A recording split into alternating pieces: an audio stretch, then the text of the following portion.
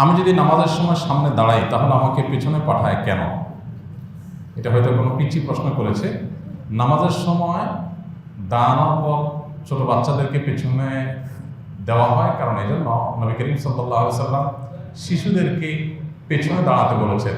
বড়দেরকে শ্রদ্ধা করে সম্মান করে তাদেরকে সামনে দিবে, ছোটরা পেছনে যাবে।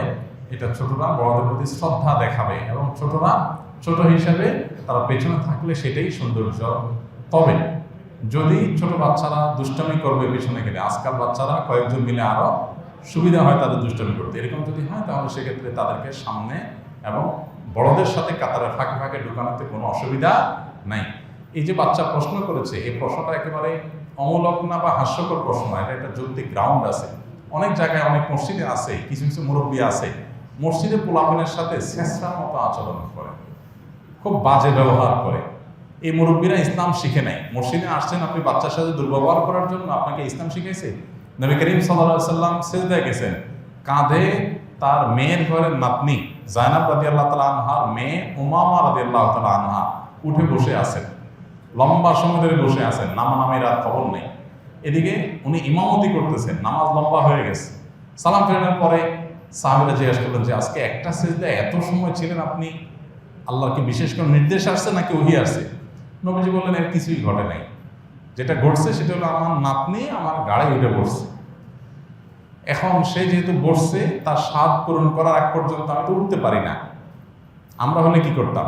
হাত দিয়ে টেনে নাতনি নামাইতাম, এরপরে বাসায় যায় মেয়েরে বলতাম যে তোমরা বাচ্চাটার টাইম মতো ধরে রাখতে পারো না, এতগুলো মানুষের সামনে আমি ইমামতি করছি, আমার ডিস্টার্ব হয়ে গেছে। আর মসজিদ কমিটির লোকজন এবং মসজিদের মুসল্লিরা বলতো কি?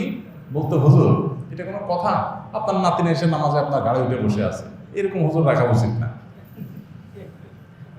মসজিদে বাচ্চাদের ডিস্টার্বটাকে ইতিবাচকভাবে নেওয়া, এটাকে এনজয় করার মানসিকতা তৈরি করতে হবে। আবার এর মানে এই না যে 1.5 বছর 2 বছরের বাচ্চা এনে পেশাব করে থাকবে মসজিদে, ওইটা বলি নাই। যে বাচ্চা নামাজ বুঝে 5 বছর 6 বছর 4 বছর বাবার সাথে দাদার সাথে আসবে, একটু উল্টাপাল্টা করবে, একটু ডিস্টার্ব করবে, ওটা সহ্য করার মতো মানসিকতা থাকতে হবে। যে সমস্ত মুরব্বীরা এই সমস্ত পোলাপানরা এই যে পিছনে কাতারে যেতে বললেও সুন্দর করে বুঝিয়ে করবেন যে তোমরা ছোটরা পিছনে একসাথে দাঁড়ালে সুন্দর হয়, সেটা না করে আপনাদের বলছেন এই গাড় ধরে ধোয়ার কারণে পেছনে নেই। ছেলে চিন্তা করতেছে হায় হায় আমি কোথায় আসলাম, সব দেখি দুরাচরণকারী, সব দেখি বেয়াদব কিসিমের মানুষ। এই বাচ্চা এখান থেকে মসজিদে আসাই বন্ধ করে দিবে, বাবা যে মসজিদে আসার জায়গা না, ফালতু মানুষদের জায়গা এটা। তো এগুলো করবেন না আল্লাহর ওয়াস্তে কেউ।